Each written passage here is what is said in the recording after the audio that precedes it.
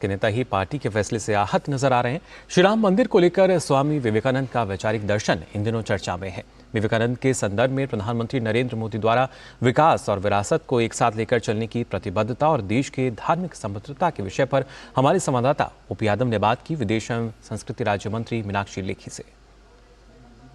अयोध्या में जैसे जैसे भव्य राम मंदिर की प्राण प्रतिष्ठा की घड़ी नजदीक आ रही है, वैसे पूरा देश राम भक्ति के धुन से सराबोर है। अभी ये इस विषय पर बात करने के लिए हमारे साथ मौजूद है विदेश राज्य मंत्री और संस्कृति राज्य मंत्री मीनाक्षी लेखी जी। मैडम, विवेकानंद का राष्ट्रवाद का दर्शन और सनातन की संस्कृति का प्रचार बहुत पहले उन्होंने किया था। आज युवा दिवस है, आप पधारें, क्या कहेंगे राम मंदिर, राष्ट्र मंदिर और विवेकानंद के सपनों का भारत? देखिए, विवेकानंद जी के सपनों का भारत वही था जो कि विचार आज प्रधानमंत्री जी ने हम सबके आगे रखा, और वो विचार है कि विकास भी और विरासत भी। विकास और विरासत को उस समय पर जब भारत अंधकार में था और हर तरीके की कुरीति से जूझ रहा था, तो स्वामी विवेकानंद जी ने युवाओं के मन में एक अलग जगाई। स्वामी विवेकानंद जी के जीवन का जो मूलभूत विचार था उसको लेकर हम आगे बढ़ रहे हैं। तो यही प्रेरणा हम सबकी प्रेरणा रहे। बतौर विदेश राज्य मंत्री आपने भारत की सांस्कृतिक समृद्धता है उसको अंतर्राष्ट्रीय स्तर पर प्रचारित और प्रसारित किया, और यही वजह कि आज जब भव्य श्री राम मंदिर के प्राण प्रतिष्ठा का टाइम आ रहा है तो न केवल भारत बल्कि पूरी दुनिया से उत्साह का माहौल, आपके पास भी बहुत क्वेरी आ रही होगी यहाँ आए, तो क्या कहेंगे भारत अंतर्राष्ट्रीय स्तर पर सांस्कृतिक समृद्धता का प्रतीक फिर से गुरु बन के बन रहा है?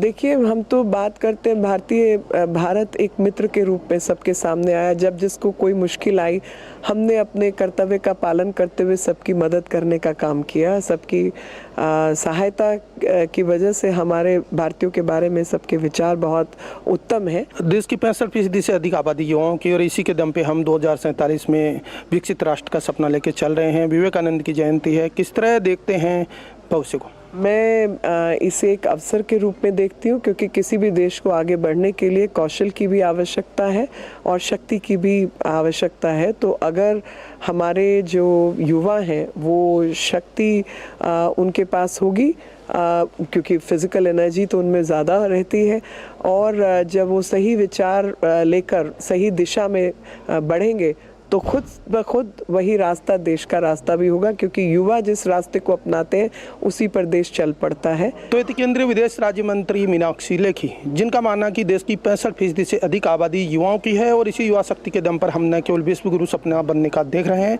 बल्कि भव्य श्री राम मंदिर के जरिए अंतर्राष्ट्रीय स्तर पर भारत को सांस्कृतिक गुरु बनाने का काम भी कर रहे हैं। मेरे सहयोगी कैमरामैन AK के साथ में OP Yadav, DD news, Delhi.